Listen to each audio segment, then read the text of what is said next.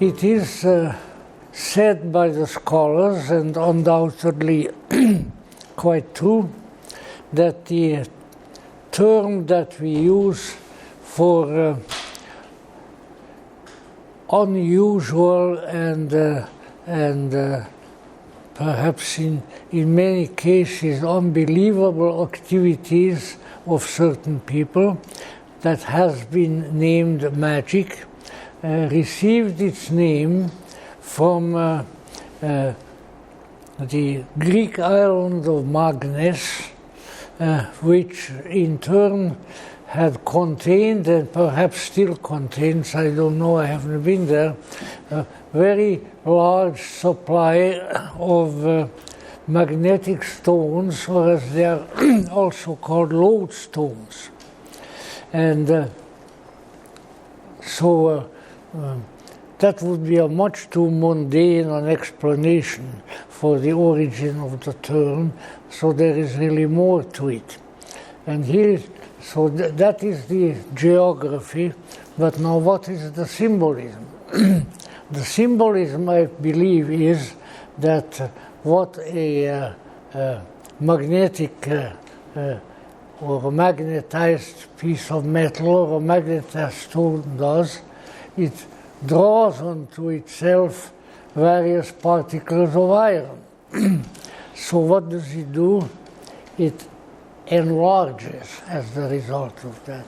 And that is why we have, even in the English language, we have, well, first of all, the direct term that we are dealing with, a magnet, and then various others that have to do with becoming bigger. Magnification, magnitude, because from the Greek the word also went over into Latin, where magnus means great. And so we were left with the term, and the term in turn has gathered onto itself a much more, not really questionable, but neglected meaning, which has to do with the fact that there are certain practices of a psycho-spiritual nature, which, as when practiced, when invoked into the human personality, tend to enlarge what we now call consciousness. Now, the term consciousness is of comparatively recent origin, and most people, if you ask them what it is, will change the subject very quickly, you know. So, in any event, I think by now, in consequence, in large part of the coming of depth psychology, which really arrived on the horizon of Western culture right at the turn of the century into the 20th century, and has been with us since. We have a notion of something that at least some of the psychologists have called consciousness, but which has never been really very much defined, probably because it is truly impossible to define it. There we find that probably the most accurate description of magic would be the enlargement of consciousness by way of previously unknown means, and being of a largely, as we would call it now, psychological nature. And so it came to pass from the ancient world that whatever unusual actions and thoughts and feelings and particularly imaginations, came forth at various times from the human soul, from the human psyche, which is after all just Greek for soul, that it was considered an unusual and for the most part a very welcome event. So the term magia came to be attached to activities which, as the result of being practiced, would bring about an altering and an enlargement of consciousness, often of a nature that probably was unknown or very little known up to that time. Now, this being the case, then, we may follow it a little bit further, because somehow, and this has never been, at least to my satisfaction, has never been clarified, but somehow the appellation of a mage, which is the English form, a magus, a practitioner of magic, came to be attached throughout ancient history to the priesthood of Persia, or also known as Iran. And that is why we get the holiday on the 6th of January of the Epiphany and the three Magi. And the Magi, according to the probably not very accurate knowledge of the people at that time, the term Magi would apply to the spiritual practitioners or priests of ancient Persia. To what extent this is accurate is debatable, but it certainly has become very common. You may recall even that our modern media some years ago came with the idea of renaming the Magi at Christmas time astrologers. Why? I really don't know.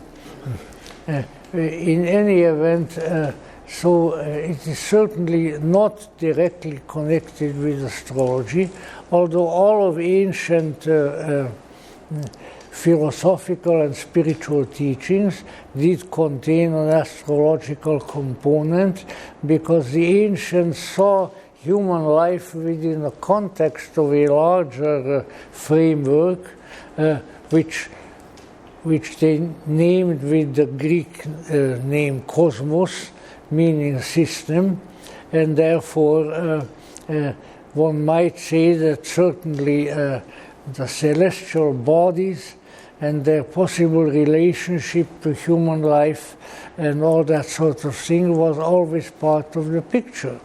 So now, as we move further on, we find that the term of a magus or of magic came to be extended further and further, but it always seemed to include the ability of certain people, whether naturally thus endowed or acquired, to perform deeds here on earth which the general humanity would not be very well acquainted with or even be practicing.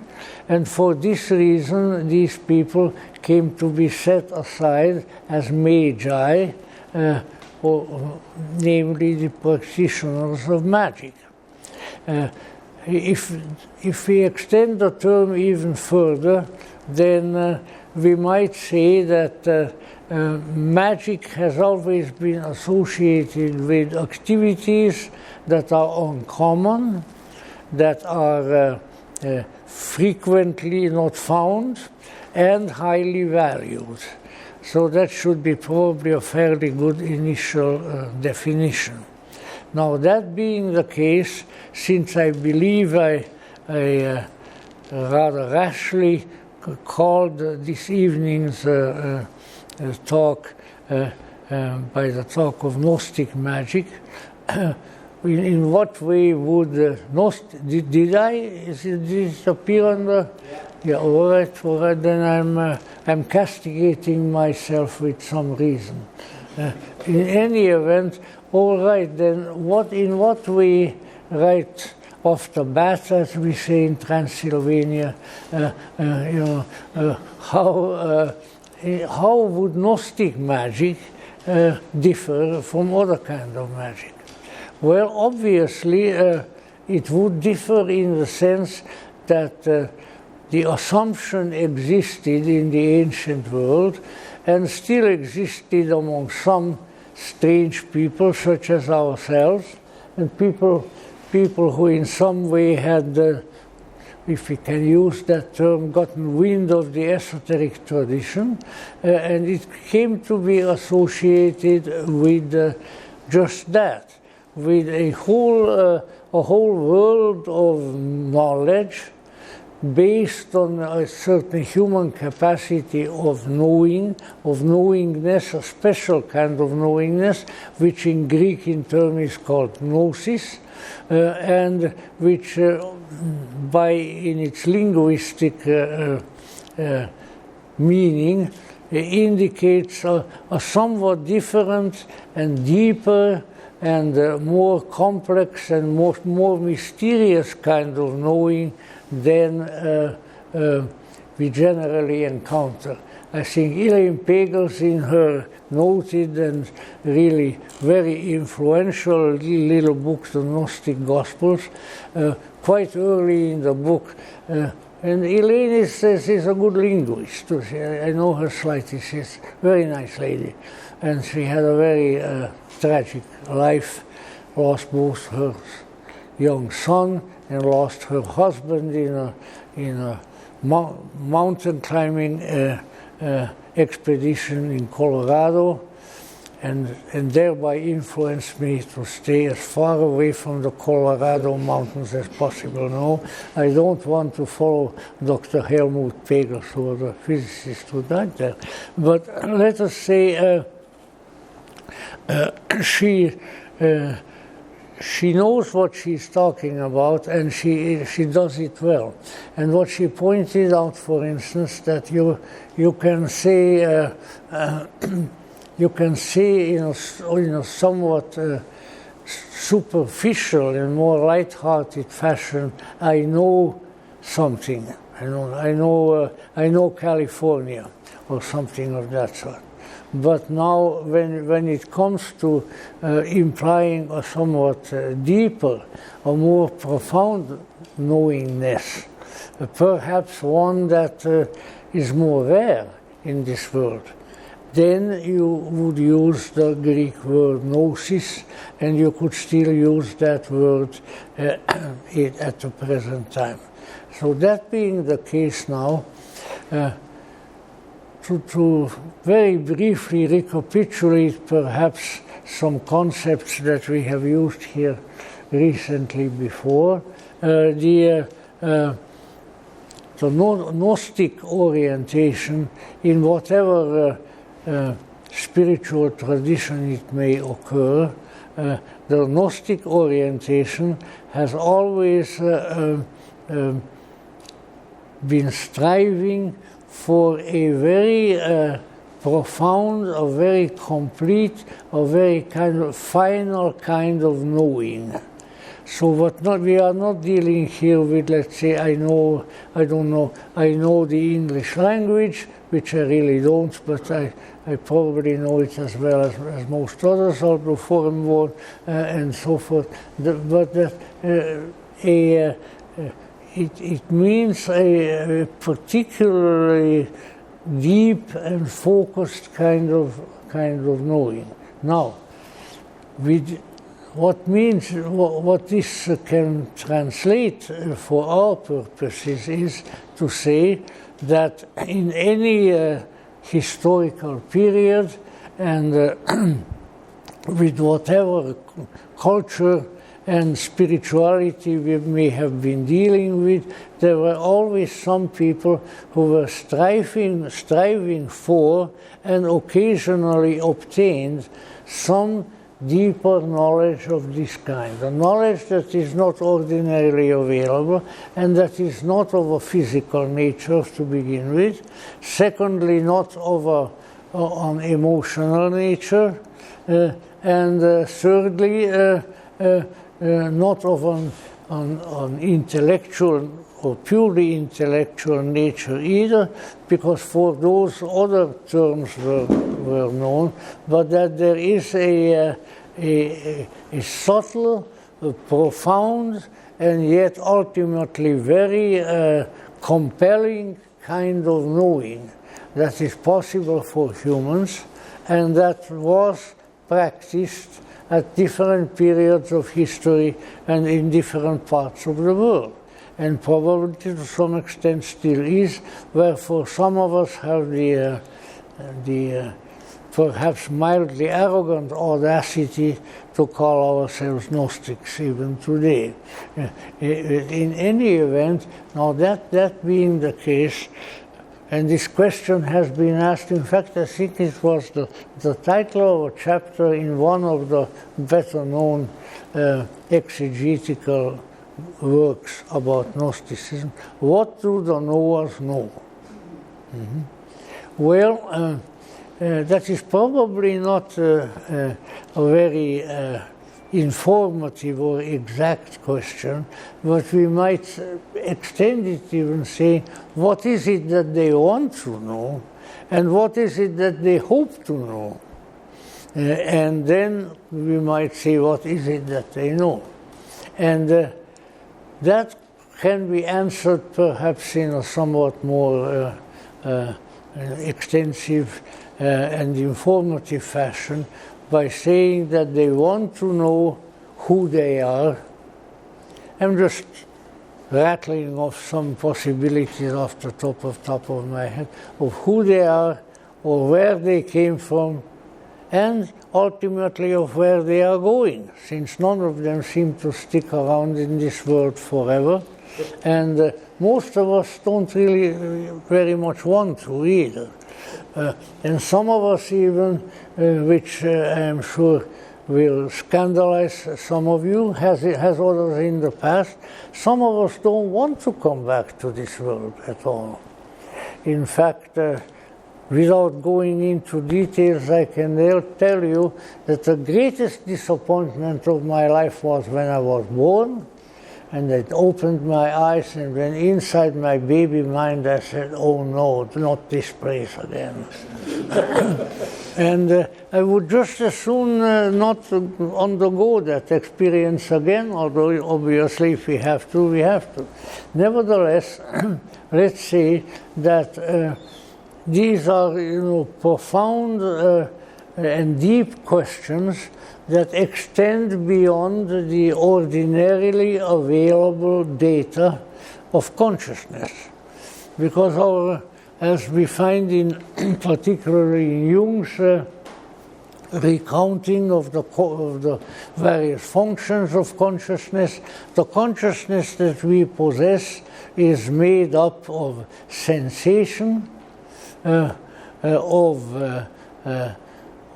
feeling, of thinking, of intuition, and of a mysterious kind of bridge faculty that has been called various names. The ancient Greeks called it the nous, and they considered it the connection of the human consciousness and the human personality and that which is beyond, the transcendental consciousness, we might say, and therefore that would be the highest kind of consciousness that we are aware of.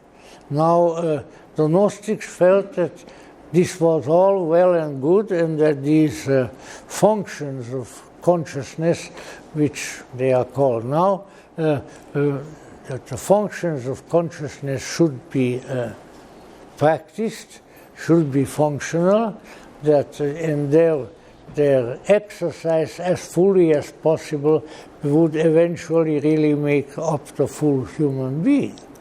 But that they can also function occasionally in a manner that is outside of the parameters of the human personality.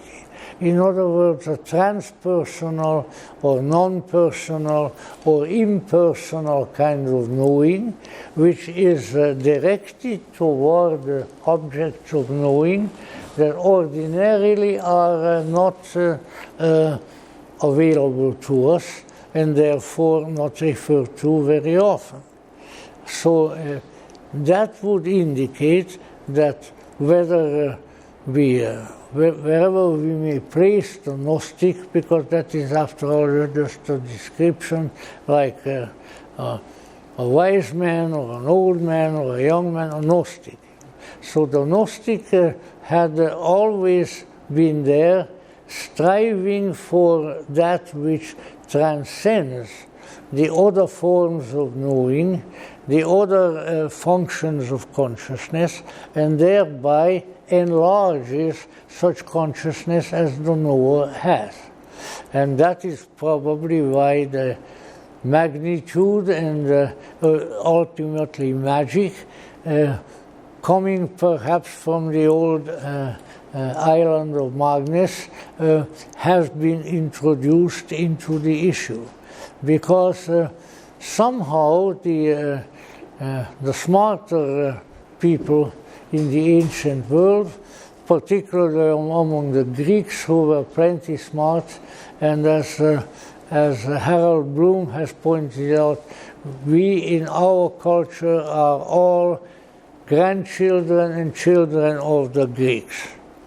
Because our thought processes, our intellection, our regard for the power of thought of the mind, and now we would say of consciousness, is definitely something that we have inherited and learned from the Greeks, and that with various modifications has been with us all that time. Now, obviously, in other cultures, let's say in the Far East, in India, in China, in Japan, and so forth, other very similar strivings were also always present. And I have read in probably in the book on mythologies of India by Heinrich Zimmer, who you know was the great German mythologist, really the founder of modern mythological studies, and you might say, the academic guru of Joseph Campbell. In fact, Joseph Campbell was his first champion in the Western world, because Heinrich Zimmer, very, very interesting, very important man. And he was a full university professor in Germany. And then came those difficult people that by their nickname have frequently been referred to as the Nazis, because now I'll give you a little lesson in German vernacular, and I'm sure that you will be grateful for it till the end of your days, because Nazi is a diminutive, first of all, of the name Ignatius. If you've been baptized Ignatius and you're a kid, they're going to call you, oh, he's a little Nazi. And so that's the first one. But in addition to that, in the days when the man with that singularly ugly little mustache right under his nose, which always reminded me of someone with a particularly unpleasant running nose, that he then became the leader of a little rinky-dink political party in Germany, which was called in German the Nationalsozialistische Deutsche Arbeiterpartei, the National Socialist German Workers' Party. Now, that looks almost kind of like communist to me, but in any event, it was one of those ignorant social movements of the time, some of which have survived to bother us to this day. But in any event,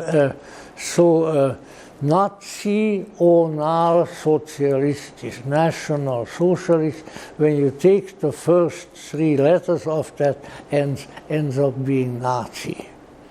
And so now you have received the great and very seldom voiced revelation as to where the term Nazi came from and what it really means. It is as meaningless as the mind of most Nazis that I have seen, and unfortunately, or it has been my misfortune to see quite a few of them, even though I was still quite young. Now, in any event, how I got now hung on to that, with the Nazis and so forth. So what we have here now is a number of people in various cultures, and I have heard this by very learned experts applied to India, for instance, that there. And it's usually applied to one or two teachings of philosophies. One is Buddhism, and Buddhism has been called by Ernst Nolte, who is also one of the great writers in the field. It was called the Gnosis of Asia. And the other one, sometimes the Hindu tantras have been called a form of gnosis also. But let us say, I would agree to this extent that both of these ancient spiritual schools certainly were striving for and perhaps occasionally conveying a form of knowing, a form of knowledge, which is very similar to the one that was apparently very highly valued in late antiquity, and a particular school actually came to be called mainly by other people who had contact with them as the Gnostics, those people who knew something. So therefore, those who strive for the knowing of certain, very difficult to say what, because it's certainly more than information. So let's say for certain insights, or striving for certain insights that go beyond the sources and practices of information that we receive at the physical level in this world, and who therefore feel that they have this unusual knowing. This gnosis was the most highly prized, let us say, spiritual commodity of the ancient world. One can speculate, but there is really not too much profit in that, in trying to figure out as to what this gnosis really started with in the ancient world. How did the knowers become knowers? And that's a very, very difficult question. Although I think at least tentative answer can be given, that the knowers became knowers because for some reason or the other, under some circumstances or the other, they availed themselves of modalities of knowledge, of knowing, which went beyond the ordinary knowledge of this world and which connected them with this kind of knowledge. In other words, what they were striving for, they found. And once they found it, they usually explored it to a considerable extent. Because of the nature, the root nature of that knowledge, of that gnosis, I would be inclined to believe that the acquisition of such knowledge may have had a great deal to do in many instances with the mysteries of the ancient world, whether we find them in ancient Egypt or their modifications in ancient Greece and Rome. In any event, there were practices wherein such knowledge was acquired and subsequently was capable of being utilized. The respect, for instance, in which the ancient world, clear down to the Roman Empire, had held, let's say, the Eleusinian mysteries, was to the effect that Cicero, I think, who was a lawyer, you know what they say about lawyers, certainly not let's say he was not Socrates, and also of a different nation. But let's say he said that he met a number of people who were initiates of the Eleusinian mysteries, and that all of them, after they went through the greater mystery, had totally and for the rest of their lives lost the fear of death. And he said, anything that can do that, the practical lawyer in Rome, Marcus Tullius Cicero, had a great deal of respect for. And of course he was murdered himself. Most of the famous people were at that time. See, nowadays we just get so mad at our politicians that we would like to kill them. But in those days, they not only liked to kill them, but they liked to kill them, they went ahead and did kill them. So that's a little bit of a difference between our days and those days. But let us say that is a fairly good explanation. Then, of course, so there were various approaches. You might say training centers of gnosis, of transcendental knowledge, the Eleusinian just being perhaps the most famous and possibly the oldest, but there were, you know, the whole bunch of others. And all of them had bestowed upon their initiates a kind of knowing, a kind of consciousness that they desired, and that particular mystery institution was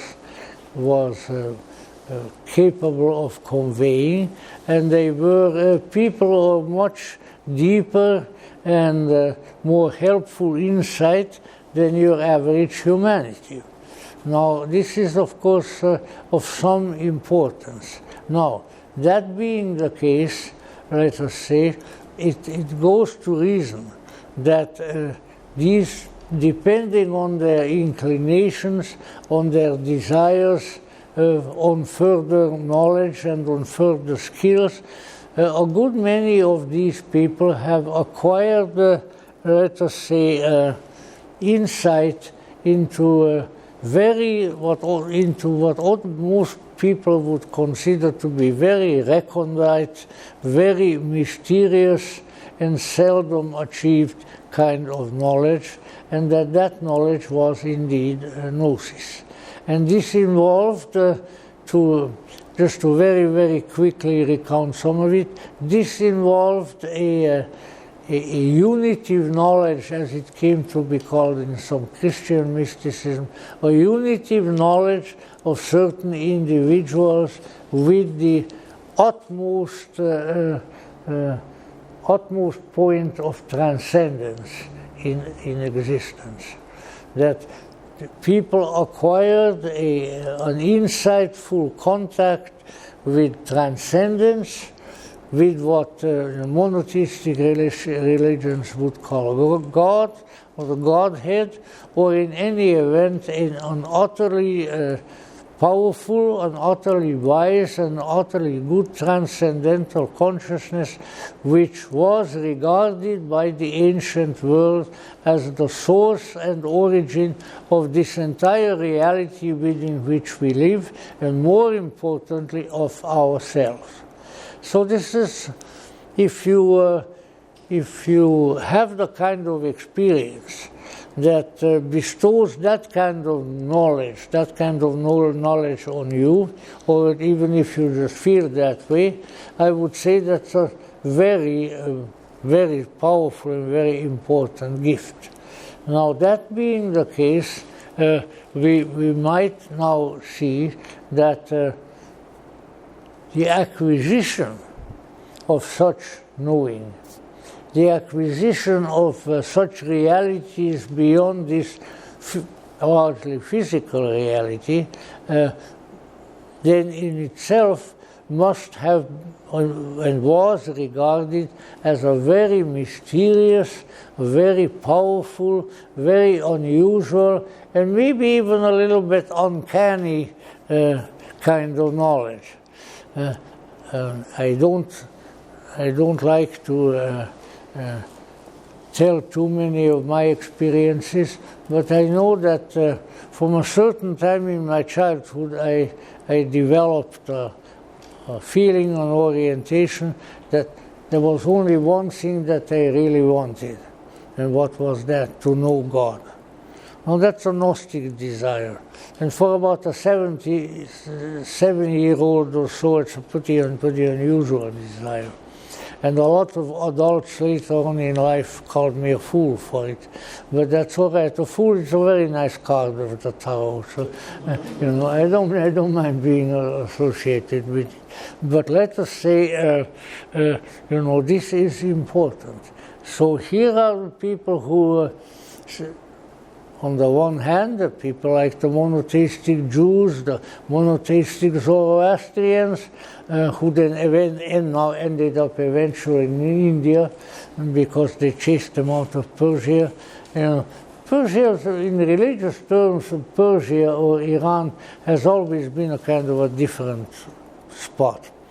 And so that we don't need to go into that. At a certain point, the ancient, probably the most ancient religion of Iran, Zoroastrianism, had left the country, was chased out by the Muslims, and ended up in India, where they are known as the Parsis, which simply means Persian. But they are, owing to the fact that they never, obviously being from Persians, not of the Hindu system, they never belonged to a Hindu caste. And not belonging to a caste, they could take up all kinds of trades and professions that came their way, because they were not limited as they are in India. And for this reason, probably not all, but most of the Parsis in India today are quite rich. You have to look with a big magnifying glass to find a poor Parsi, because they could enter all the professions, all the trades, everything, and do what human beings on this earth, whether they are Parsis or anybody else, like to do much, make money. In any event, let's say it was common knowledge in places like ancient Greece, maybe in much of Rome, certainly in Alexandria and Egypt and so forth. There are some people who belong to a spiritual tradition and who have received certain training that is of a magical nature. And they often refer to them as magicians or magi.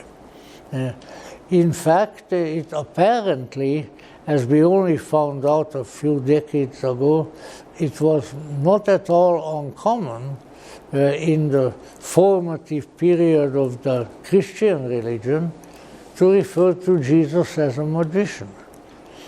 And in fact, a professor by the name of Morton Smith, who discovered a previously secret gospel passage that he named the Secret Gospel and wrote a book about it, and then wrote a book called Jesus the Magician, which was greatly abominated by the Christian clergy.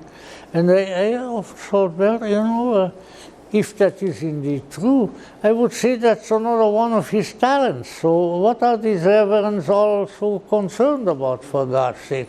It's a compliment. But they apparently didn't look at it quite that way.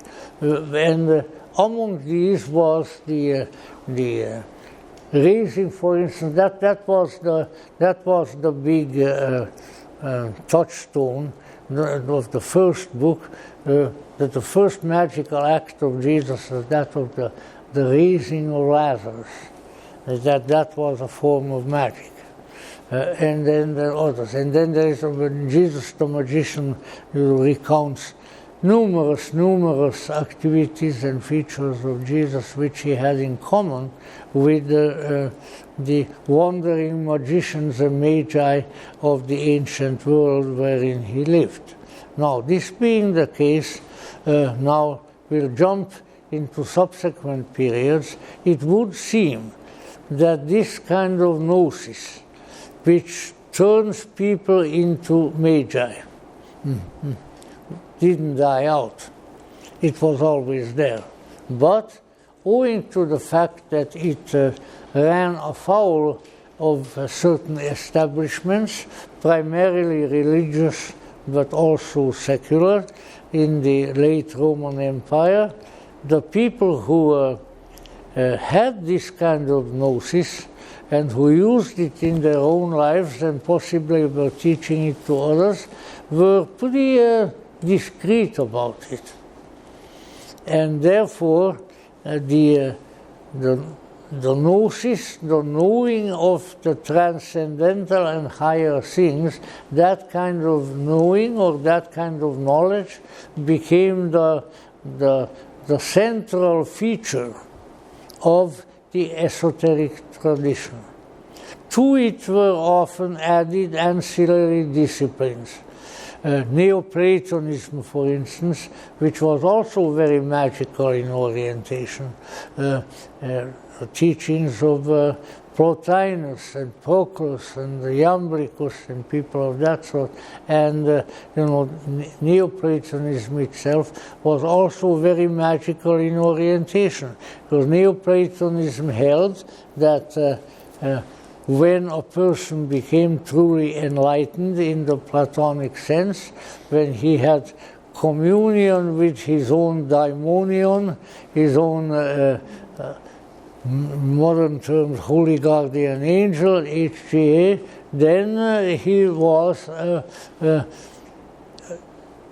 capable now of knowing a great many mysterious things and leading a much more a life much more saturated with knowledge and skill and wisdom.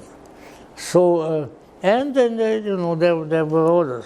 Hermetics the same way, because a whole bunch of schools of thought in the 1st, 2nd, 3rd, 4th century AD were all of this kind of orientation, and they all valued magic very highly, including Ammonius Saccas, the mysterious and divinely inspired, as they called him. They called him in Greek Hoteodidactos, he who was taught by the gods. Because the other teachers, they said they had their own teacher, but he had the gods as his teacher. And of course he was also the man, as far as we know, who first used, and therefore we might say invented, a term that many centuries later a curious couple, an old and decrepit and cigarette-smoking Russian lady named H.P. Blavatsky and her close friend and disciple Henry Steele Olcott of Connecticut had used the name for the kind of wisdom that Ammonius taught, and that was called Theosophy, or Theosophia, the wisdom of God, or the wisdom of the gods, or the divine wisdom, whichever you want to turn it, it's the same thing. And what's in a name? Well, I think there's a good deal in the name, because the indication there was that if indeed these fervently searching, two people fervently searching for wisdom and having already acquired quite a bit of it, if they chose this name for their new circle of friends, wherein they hoped that the wisdom of the ages would be reborn and the stupidity that we live in would go to somewhere else, still a very desirable, still a very fervent desire of some of us. I would say that one of the most important prayers, and I'm not even joking, that you can say nowadays is for the diminishing and disappearance of stupidity. Now, if that can be accomplished, then an awful lot can be accomplished. But that's a kind of a, we all know that that would be wonderful. So in any event, so here we are now. Therefore, because of the Gnostic and the Neoplatonic connection, the esoteric tradition, which because of largely religiously motivated persecution, the esoteric tradition had to go underground, but these were the people who preserved it and led it into future ages and future outcroppings of the esoteric tradition.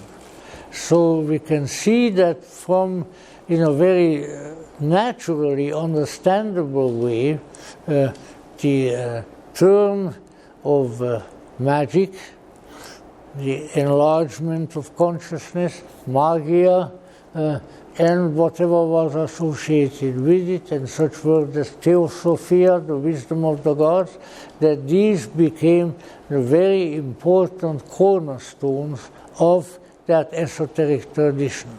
I have a little sort of image that I formed when riding in cars in utter boredom through the Arizona desert several times, and then a certain phenomenon caught my eye, and it would be, it's everything, sand and dried up vegetation, nothing. Pretty boring countryside. If you are an Arizonan, I must apologize to you, but it certainly impressed me as such.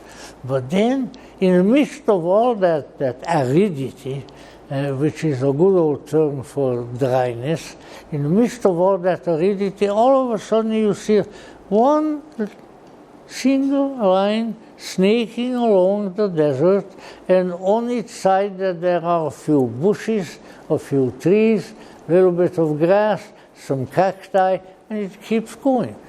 It's green, the only green thing that you can see, and it's heavenly days, how does this green stuff appear in all this brown stuff? Well, it does, obviously, because underneath the surface of the earth there is a body of water. There is a secret river, or a secret creek.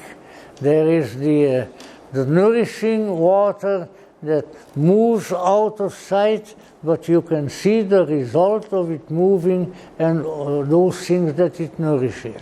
And that is a fine botanical metaphor, I think, to what has been happening in terms of outer religiosity and inner religiosity, esoteric and exoteric, because the esoteric was always there on the underground, nourishing the particular system, and that therefore it survived. It had life, just like the metaphor in the desert. And then at certain times,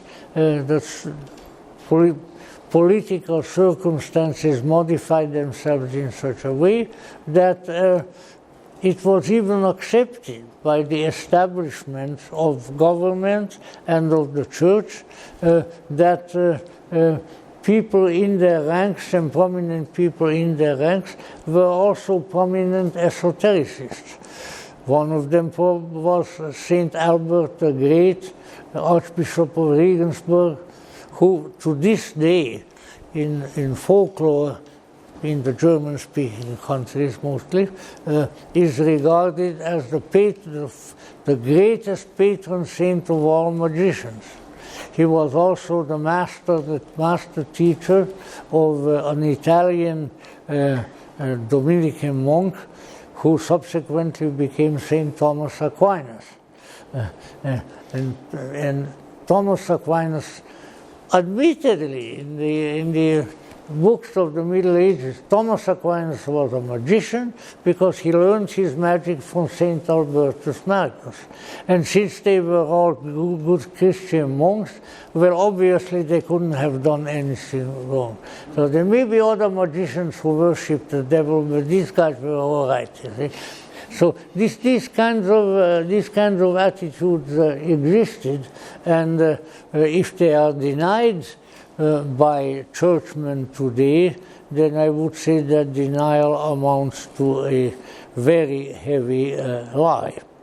So the same with alchemy.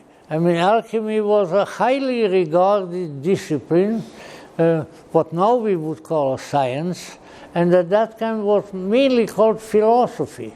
The alchemists were called the philosophers, the lovers of wisdom. Indicating, of course, that alchemy was much more than the search for either the philosopher's stone with the aid of which one can then produce gold, or gold itself. But the alchemy was a spiritual discipline which was a derivative of the esoteric tradition. So this is how, often in an underground fashion and in various other surreptitious ways, the very term magic, magia, and the various magical practices, which when you are able, which you often are not, to trace back really to its early development and its early beginnings, probably go clear back to ancient Egypt, which the ancient world was regarded as the epitome of magic and of spirituality. I mean, the Greeks, for instance, believed that pretty much all of their gods, and the Greeks had a very high regard for their gods, because why in the heck should you have gods if you don't have a high regard for them? I mean, really. That's what we do now. We have all kinds of gods, but we don't respect any of them. And they all speak to us through the little magic boxes, you know, like Dr. D and Edward Kelly at a much later period, who they had their magic box and they invoked the spirits whom they called angels on that magic box. But now everybody, they listen to their magic box. You know, when I came to Los Angeles, so obviously quite a long time ago, if you encountered somebody on the street, whether here on Beachwood or anywhere else, who was talking to himself, you could be reasonably certain that they were what in Yiddish is called Meshuggah, and in other languages have names for his name, a fool. Why? Because there was no two-way, the only two-way radio was in a particular cartoon, which was about a a cartoon detective. It will come to me. Dick Tracy. Dick Tracy had a two-way radio. See, I know the esoteric tradition. I know about Dick Tracy. Dick Tracy, and it's very, very important. Now we have all kinds of, we might say, imitation magic, which is, but you might also, at this point, you might ask yourself, well, if we don't really have in common knowledge, in common use, the true magic, the great art, as it was called today, then what has happened to it? What was going on? What has happened to it? Well, to a large extent, what has happened to it was that it continued, but in a largely disguised fashion, and at times was found out and very cruelly repressed. And also, some of it devolved into not very exciting and certainly not very intellectual folk magic. Now, if you have, well, I know of people who are close to me who have heard me tell this, but anybody else, if you have heard me tell this, then put up your hand and come up with another one, other story. But this occurred. I was present in part of this. I was riding in the carriage out in the North Hungarian countryside, which at that time was Czechoslovakia and now is Slovakia. The way the countries change around there, no wonder I had to flee from there and come here. But in any event, we were riding through the village, and my father said, let's stop. He wanted to get off because a particular renter of our land was living there, and he wanted to talk to him.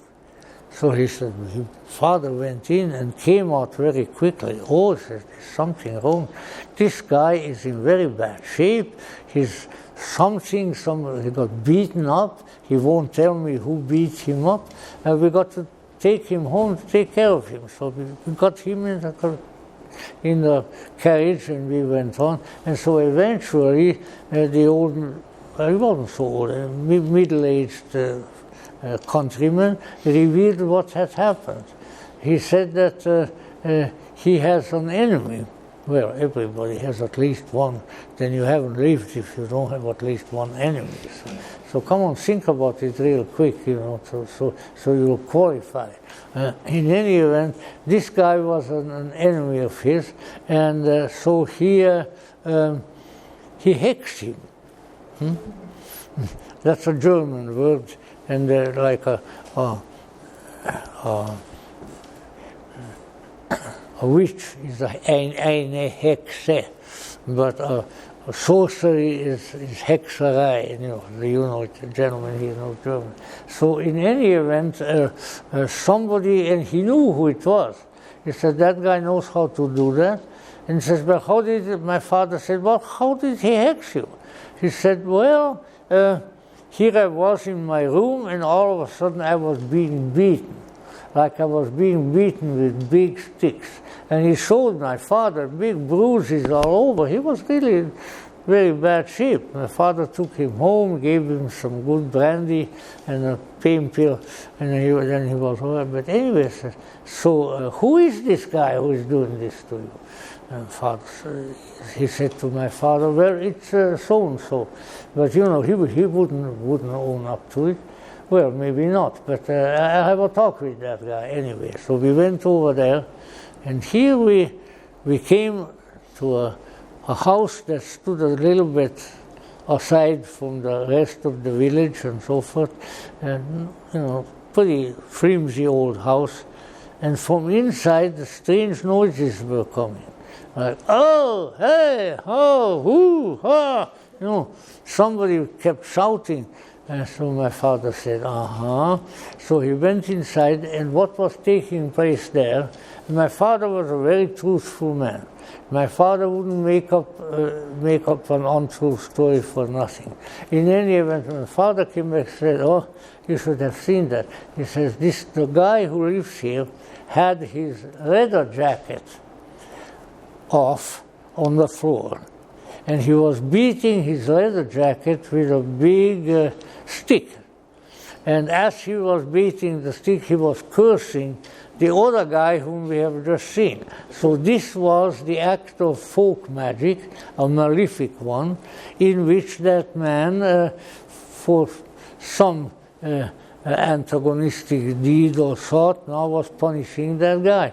So we traced the magical process right to the source, and my father, I think, gave him a little bit of a lesson that said, you know, you shouldn't hurt this other guy because he rents from me and he's a friend of mine. So you want to do your hexerai on somebody else, go ahead, but not this one. All right, have you promised? All right, you better. And with that we went home. So you know, these were the folk magical things that existed in the Hungarian countryside. And of course only the ones that are malefic for the most part, like this one, those are the ones that are remembered because that's always dramatic. You know, malefic things are dramatic in this world. Beneficent things are nice and smooth and kindly and so forth. See, that this is how it is. So there is a reason why there is drama in this world, because drama makes you aware of the many different situations and emotions that we experience, including the ones that are hurtful, including the ones that are dangerous, including the ones that we should avoid. If life were not dramatic and even tragic, then we would be in a lot worse shape than we are. But this way, at least, we are learning something as to what kind of situations to avoid, and to avoid the tragedy when it comes our way. So, let's say, folk magic was around. Where does it come from? God only knows. And I know that witchcraft has received a kind of a boost in the 20th century by way of some people in England who, first of all, Margaret Alice Murray, who was a professor at London University, and who wrote a couple of really rather interesting books. I believe only half of the stuff that's in it, if that much, but it's still interesting.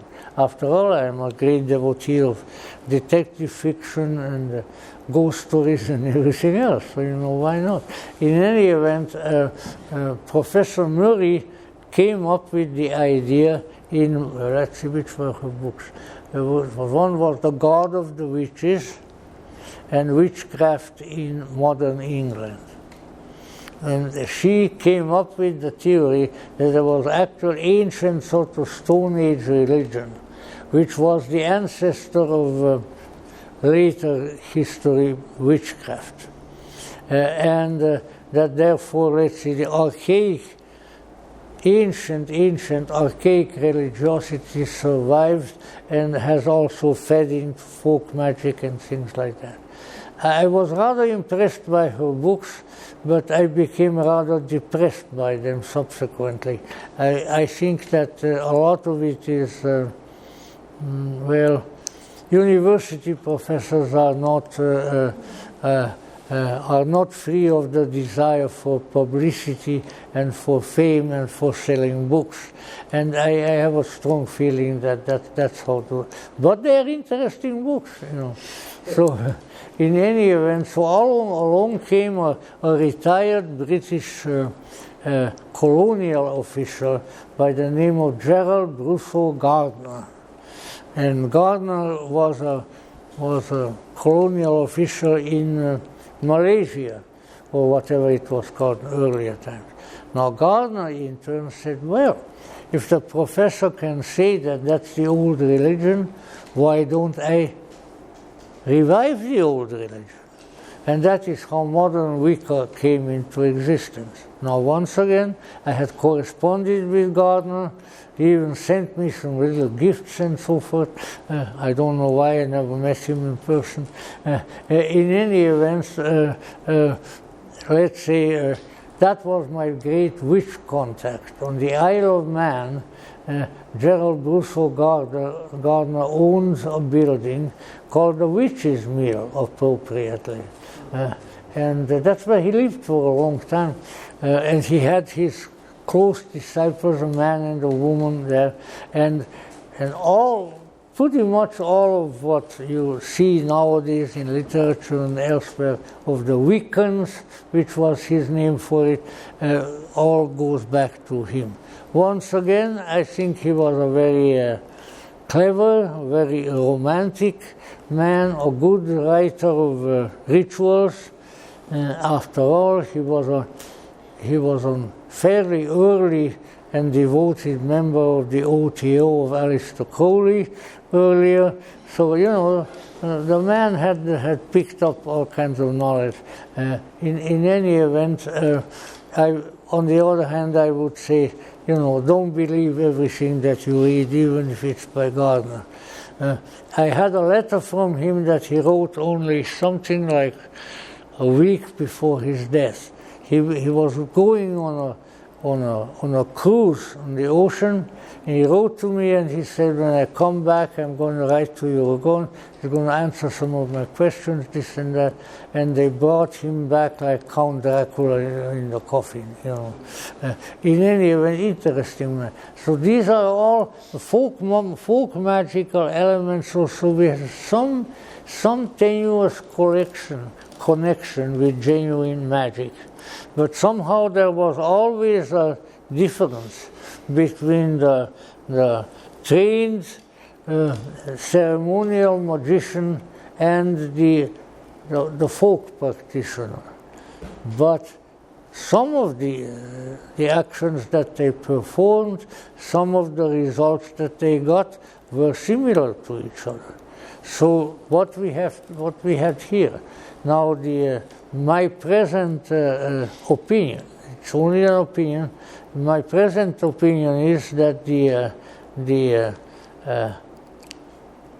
genuine magical tradition, which was a part of the esoteric tradition, had survived. And from time to time it came out. The only time that it truly, that it's already obviously modern times, would have been in the early part of the 19th century. There was a very interesting gentleman who, by the way, is very, very accurately and very beautifully, his work is described in the book that I'm recommending to everybody, called Modern Occultism by Mitch Horowitz. And this gentleman was in the early middle 19th century in France. He went by the nom de plume, as he would have called it, of Eliphas Levi. And Eliphas Levi had come upon a very, very smart man. He was a Catholic seminarian, and he was already ordained a deacon in the Roman Catholic Church, which is the next step after his priesthood.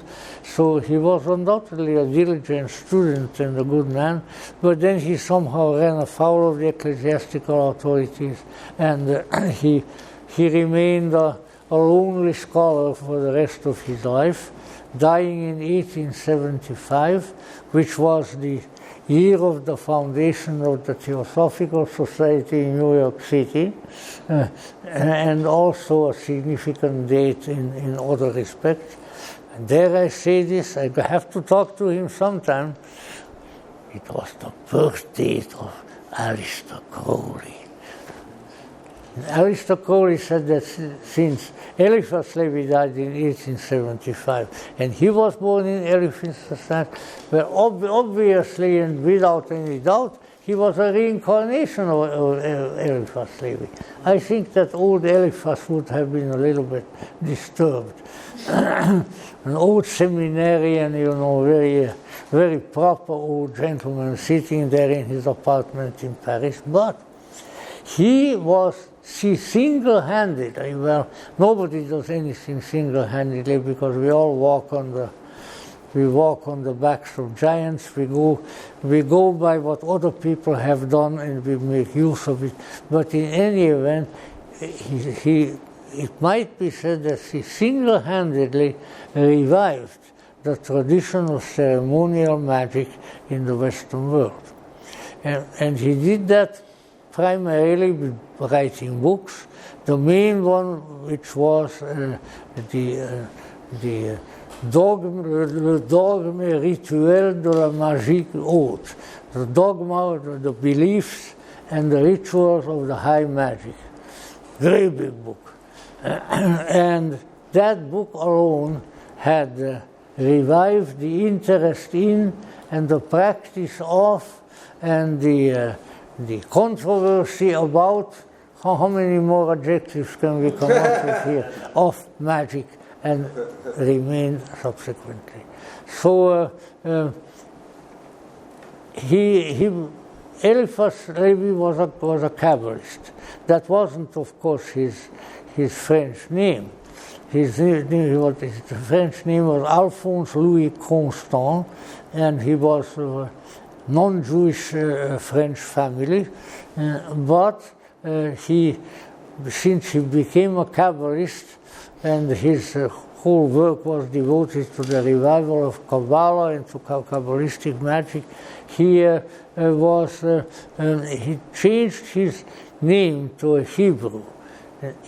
So Alphonse became Eliphas, Louis became Levi, and Zahed means Eliphas Levi Zahed. Zahed means the persevering one, the strong one. So he just took Hebrew letters and transcribed his French name into that. Very interesting man.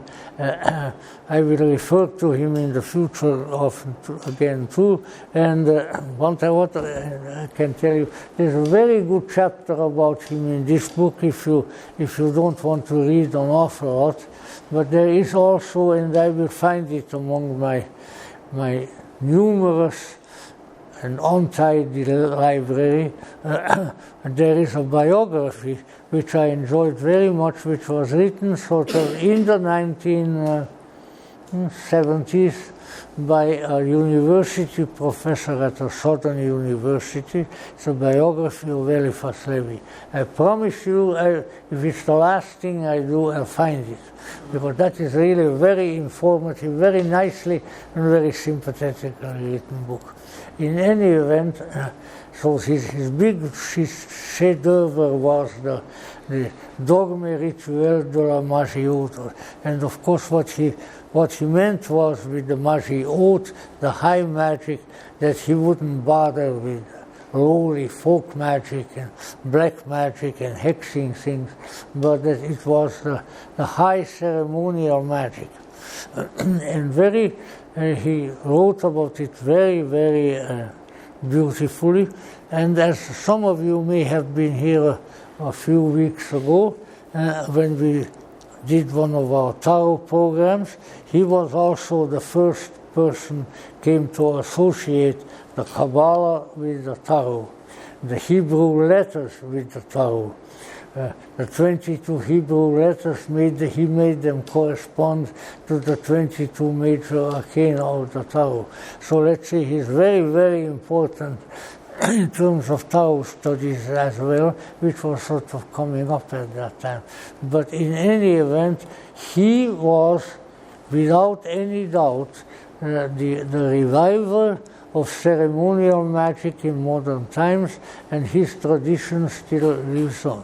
Of course, all kinds of other people picked it up. An Englishman named Samuel Liddell Matters, I think Scotsman. With a name like that, he had to be a Scotsman,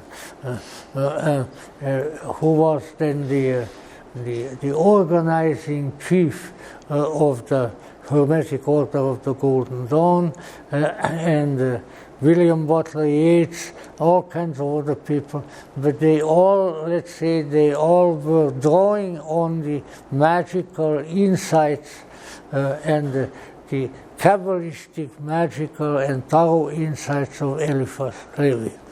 Very, very important revival of the esoteric tradition.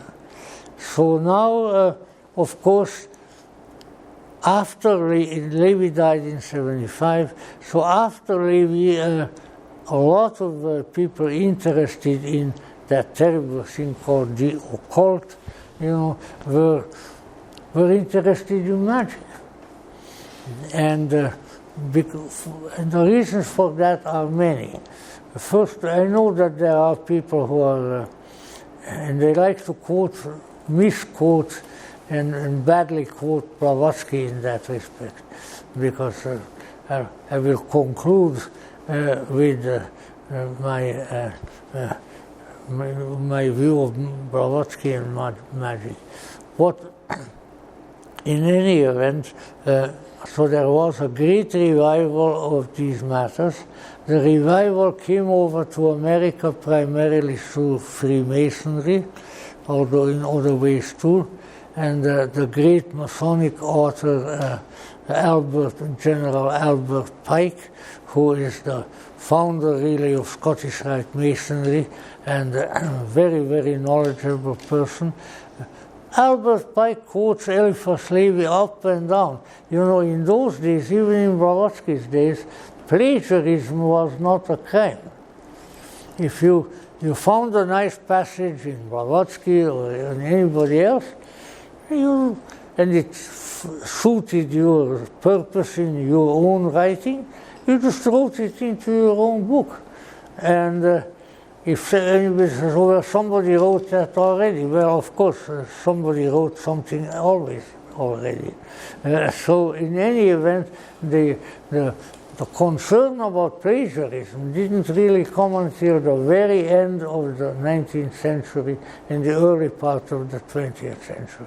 Now they are all over there, and I have a few books that I published myself, some of them are there, and I have my own books there, people go through them, oh, this appeared in another book.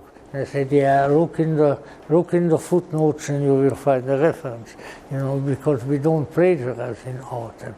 But in any time, Eliphas Levi's big book and there was another book afterwards, The History of Magic, which incidentally was translated from the French by, at least one translation, by Edward Aristocoli. But I think that that was the history of magic. But the general book about magic, I think that perhaps Arthur Edward Waite had something to do with one of those translations.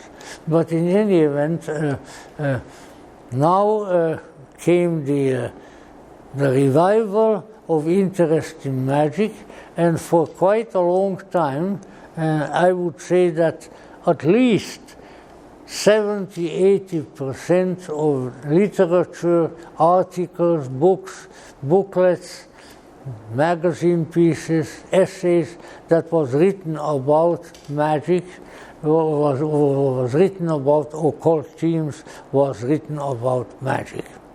So that was the time of the magical revival.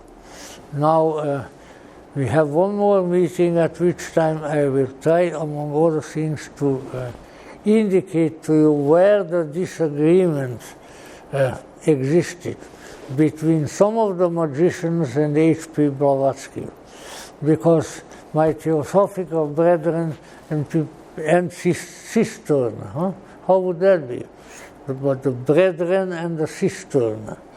No laughter, you, okay, don't mention it. Anyway, the sisters and the brothers. So,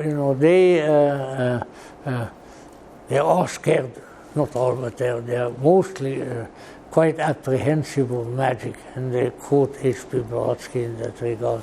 But let us say the reason for such apprehension is really absolutely minimal, and I can point out to you where the divergences and where the convergences are next time. But let's for a minute kind of go into what I consider an associated topic, and that is this.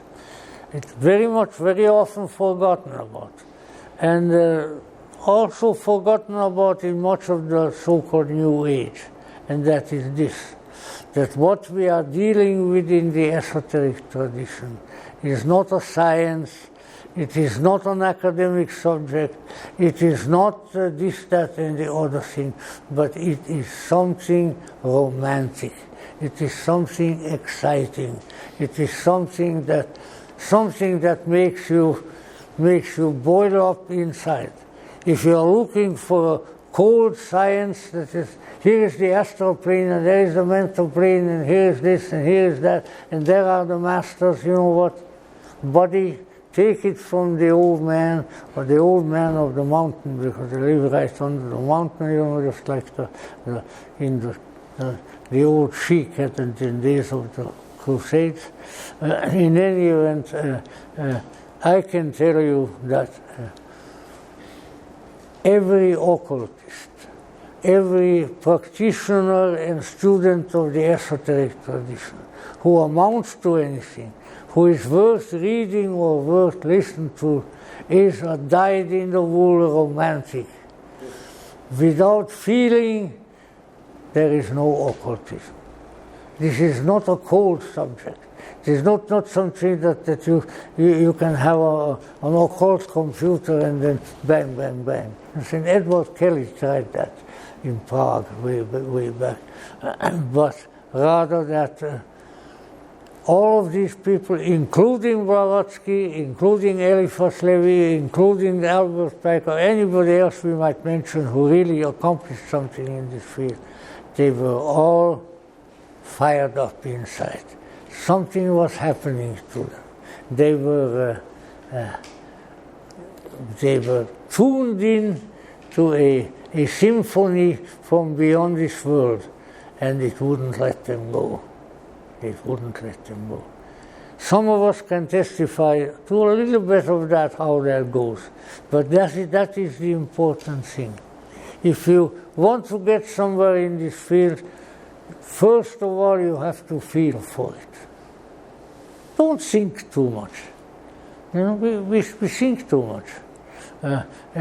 It's not a matter to be thinking about all the time, but it's a matter to feel about. It's a matter within which you can see the secret internal desire of your life. The something that was stirring in you most likely, whether you knew it or not, since the time you were born, and that was whispering into your ear and said, there is more than what they teach you in school. There is more than what they preach to you in church. There is something really wonderful, very, very marvelous, very transformative, that can take you to absolutely wonderful, ever unforgettable, and still tremendously useful experiences. That there is such a thing. There is. And if you see Eliphas Levi, H.P. Blavatsky, all of these people, they lived in a scientific age, and I think Carl Jung said that the 19th century was the true dark ages, because everything was science, everything was of a very prosaic nature. Eventually, everything can be fitted into Darwin's and Newton's clockwork universe.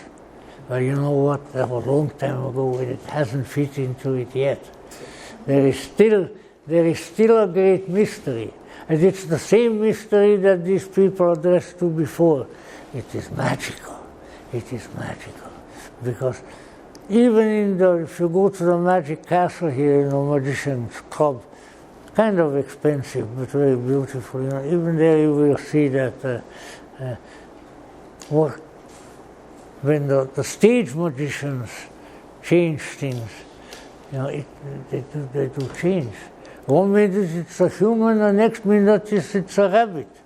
And of course, maybe the human had something in common with a rabbit anyway. But all those things.